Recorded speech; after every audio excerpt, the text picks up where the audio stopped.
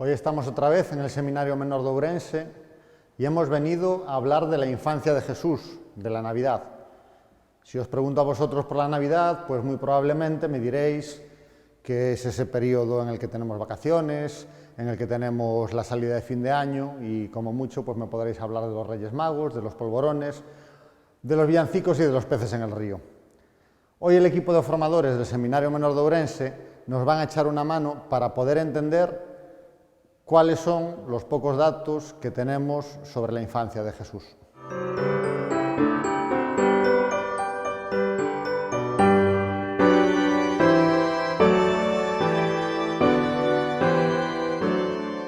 Para conocer a una persona es necesario acudir a sus orígenes y para eso conocer a su familia. Ya conocemos a algún familiar de Jesús, como Juan el Bautista, pero vamos a conocer un poco más a sus padres.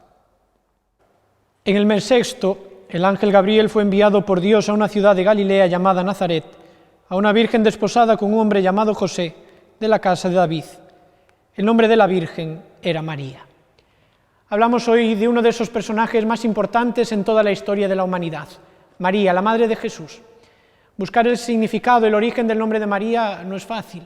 No sabemos ciertamente si proviene del hebreo o del término egipcio, pero sí que sabemos que su nombre significa excelsa o amada de Dios. Y fue muy amada María, amada por Dios y escogida para ser la madre de su Hijo. Por eso María se convierte con su sí en ese personaje en la historia que nos permite que Dios pueda tomar nuestra condición humana. María permanecerá al lado de Jesús en sus primeros años, contemplará cómo nace en un pesebre, olvidado de todos, olvidado que el pueblo de Belén. María estará también en la huida a Egipto, en ese momento también doloroso. Volverán a su tierra de Nazaret y allí permanecerá al lado de Jesús. María permanece también en la predicación y en el momento de las bodas de Caná, allí intercediendo por aquellos novios, por aquellos invitados, para que no les falte el vino. María en la predicación de Jesús está a su lado, lo acompaña y lo acompañará también en el momento trascendental, el momento de la cruz. María permanece firme a su lado, junto a su Hijo, y allí también se convertirá en madre de los cristianos. Y cómo no, en el momento de Pentecostés, acompañando a aquella primera comunidad, en el momento en que reciben el Espíritu Santo, María también está presente. Y es así como se convierte en María, madre de la Iglesia. Se dice que al lado de un gran hombre siempre hay una gran mujer, pero en este caso casi podemos decir lo contrario. Al lado de una gran mujer ha existido un gran hombre, y ese hombre era José. José de Nazaret, José conocido como el Tectón, un término griego que nos significa un chapucillas, un hombre que se dedicaba a hacer varios tipos de trabajos, desde carpintería, albañilería, y seguramente un hombre que trabajó en aquella construcción que Herodes el Grande había perseguido, Cesarea Marítima o la ciudad de Sebaste, las dos grandes obras junto al templo que había mandado construir. Y José, trabajando allí, es como también recibe aquel anuncio que fue doloroso. El momento en que, sin todavía estar desposado oficialmente con María, recibe aquel anuncio de que va a ser la madre de Jesús, la madre de Dios. José no entiende la forma en que Dios iba a hacer aquello, pero se fía plenamente y también dice que sí. José estará también en aquel momento de la huida a Egipto protegiendo al niño Jesús y se convertirá también en ese guardián, en ese custodio de su hijo. Asume esa paternidad también de cara a aquel pueblo. Por eso San José, también en el momento en que el niño Jesús es perdido en el templo, está presente, sufre y junto a su corazón silencioso también estará en otros momentos de su vida, de su infancia. No conservamos ninguna palabra de San José, pero sí conservamos en el Evangelio de Mateo una frase bien hermosa. En el capítulo 1, José era un varón justo, era un hombre bueno.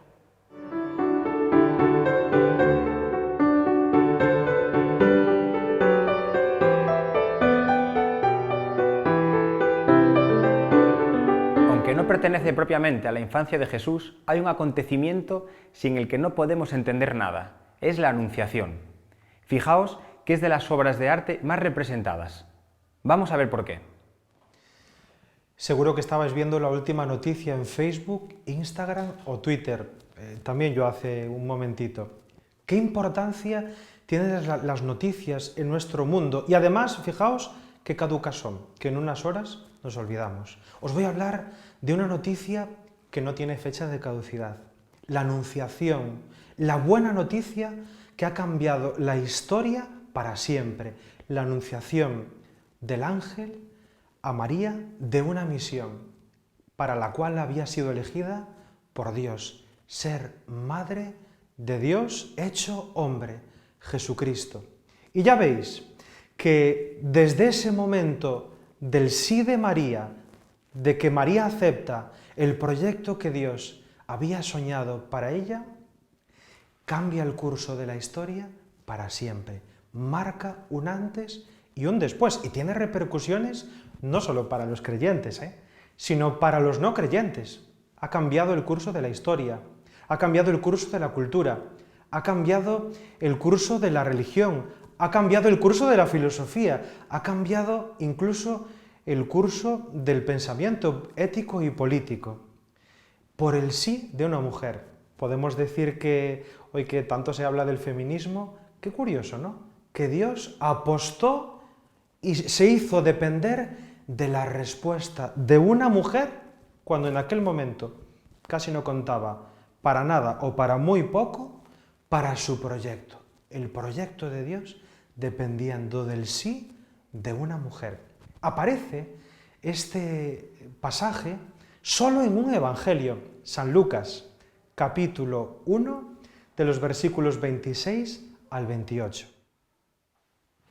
Si leéis el pasaje de la Anunciación del ángel a la Virgen María y cogéis la Biblia, veis que tiene y comprobaréis que tiene una estructura que le llamamos un verdadero género literario.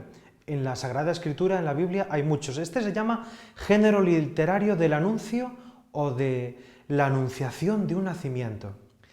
Se repiten el esquema, porque Dios más o menos siempre utiliza el mismo estilo, con el mismo tacto, de enviar esa llamada a aquellos que son elegidos. Un anuncio que se da a través de un mensajero, de una mediación.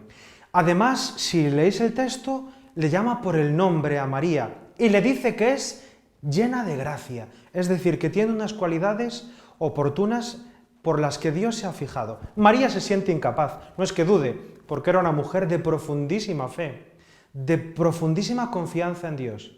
Pero ella pregunta, ¿cómo será esto que Dios me pide si yo no conozco a ningún hombre, a ningún varón, no tengo ninguna relación con ninguno? Tranquila, le dice el ángel, el Espíritu Santo vendrá sobre ti y el santo que va a nacer se llamará Hijo de Dios. Porque para Dios nada hay imposible.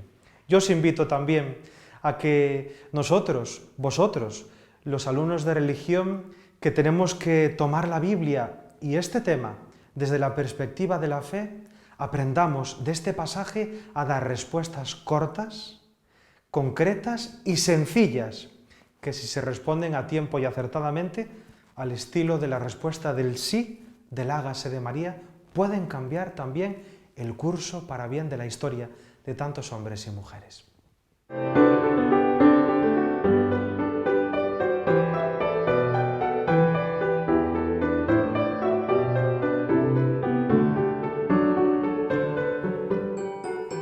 Si os pregunto en dónde nació Jesús, seguro que todos me decís que en Belén.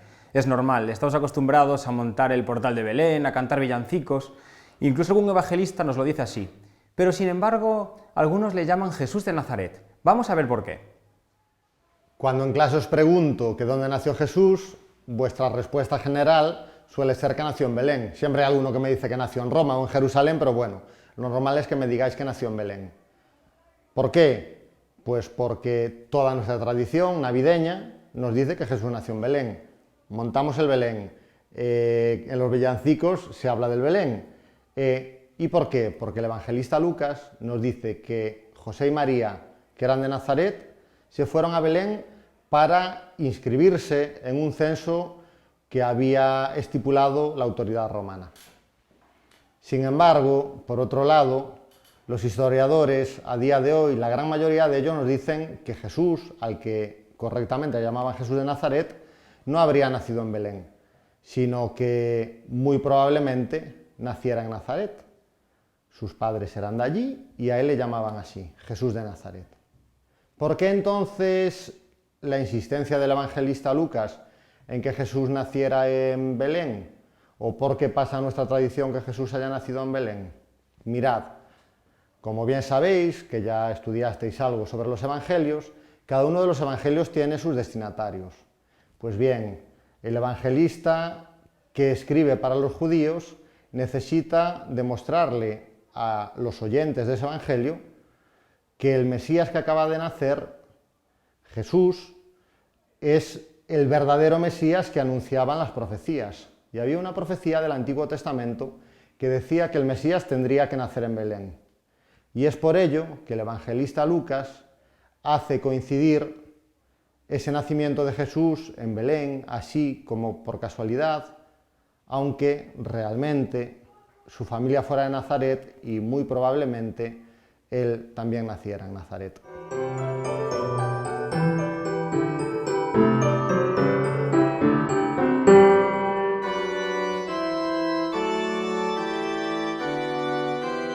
Como siempre, en este recorrido por la vida de Jesús nos encontramos con palabras muy raras. En este caso tenemos dos muy parecidas, teofanía y epifanía. La primera se refiere al anuncio del ángel a los pastores y la segunda a la adoración de los magos de Oriente. ¿Cuál será su significado? Las palabras teofanía y epifanía son de origen griego y comparten el término fanía, que es un verbo que se puede traducir por manifestarse, comunicarse, darse a conocer. En la primera, teofanía, aparece también el término teo, que significa Dios, y por tanto podemos traducirla como que Dios se manifiesta, se da a conocer, se comunica. Y la segunda, la palabra epifanía, pues aparece también el prefijo de origen griego epi, que significa lo que está por encima de, sobre algo, sobre todo. Y por lo tanto podemos decir que la palabra epifanía significa que Dios se manifiesta, se comunica, se da a conocer sobre todo.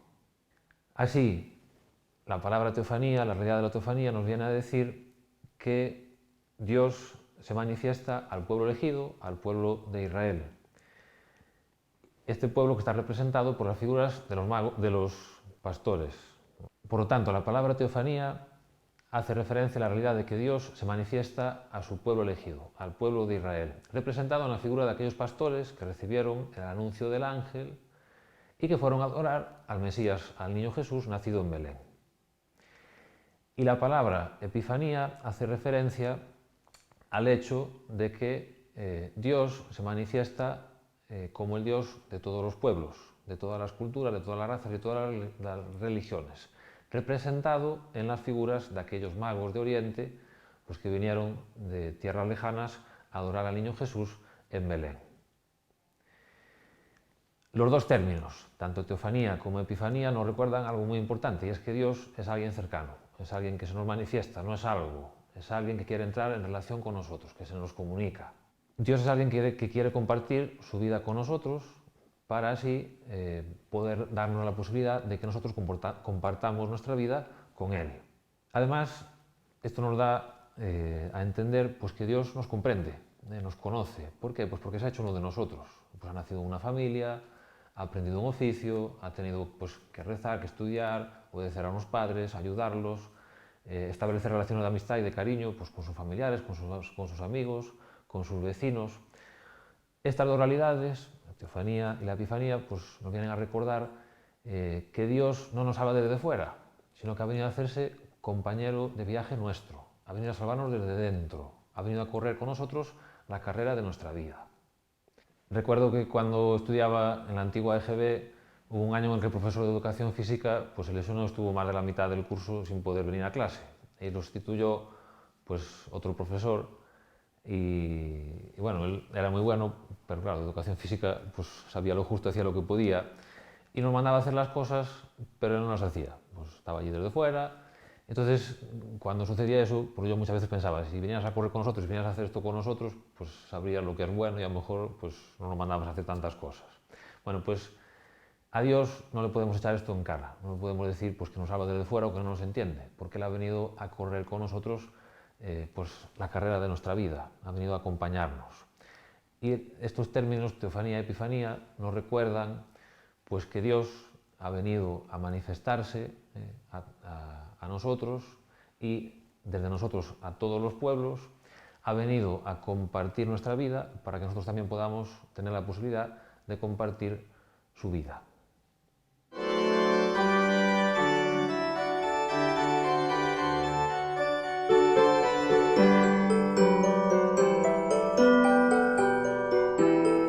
Para terminar, vamos a hablar de unos personajes que sí conocéis y que conocéis muy bien, que son los tres Reyes Magos.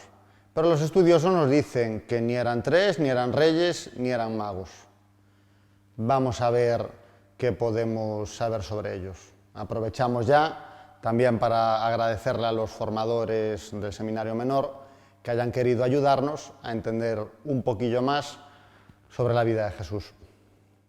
Recogemos la pregunta de Alejo: ¿qué sabemos de los Reyes Magos? Lo que nos cuenta el Evangelio de Mateo es que son unos magos de Oriente. La palabra magos tenemos que entenderla bien. Magos no hace referencia a unos hechiceros, más bien hace referencia a unos hombres de ciencia que buscaban la verdad. Y la ciencia a la que se dedicarían probablemente es la astrología, que era una corriente típica de Mesopotamia de aquel entonces. Pero tampoco eran unos simples científicos, porque ellos buscaban, y en el texto leemos que fueron a Jerusalén. Podemos decir que los magos de Oriente eran unos sabios que buscaban la verdad. Por eso su intuición, que era confirmada por la ciencia, fueron a comprobar su verdad. Por eso se pusieron en camino hacia Jerusalén, donde se encontrarían con el niño Jesús en Belén de Judá. Nos dice también el Evangelio de Mateo que estos magos eran de Oriente. En cuanto a su lugar de procedencia, no está clara.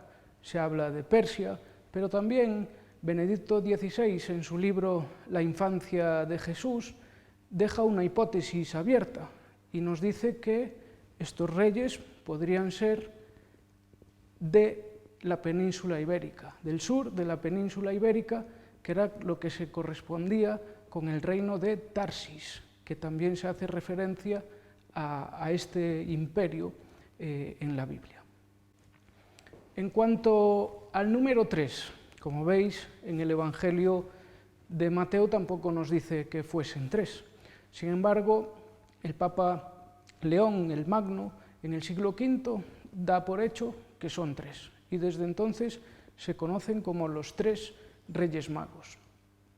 Nos habla el Antiguo Testamento en muchos epígrafes, pero sobre todo en el Salmo 72, que todos los reyes de la tierra deben adorar a Jesús, al Mesías. Y toda la tierra que se conocía es precisamente los 3 continentes de África, Europa y Asia. Por eso se asocia cada rey mago con uno de estos continentes, y así toda la tierra adoraría al niño Jesús, al Mesías, tal y como anticiparon las escrituras del Antiguo Testamento.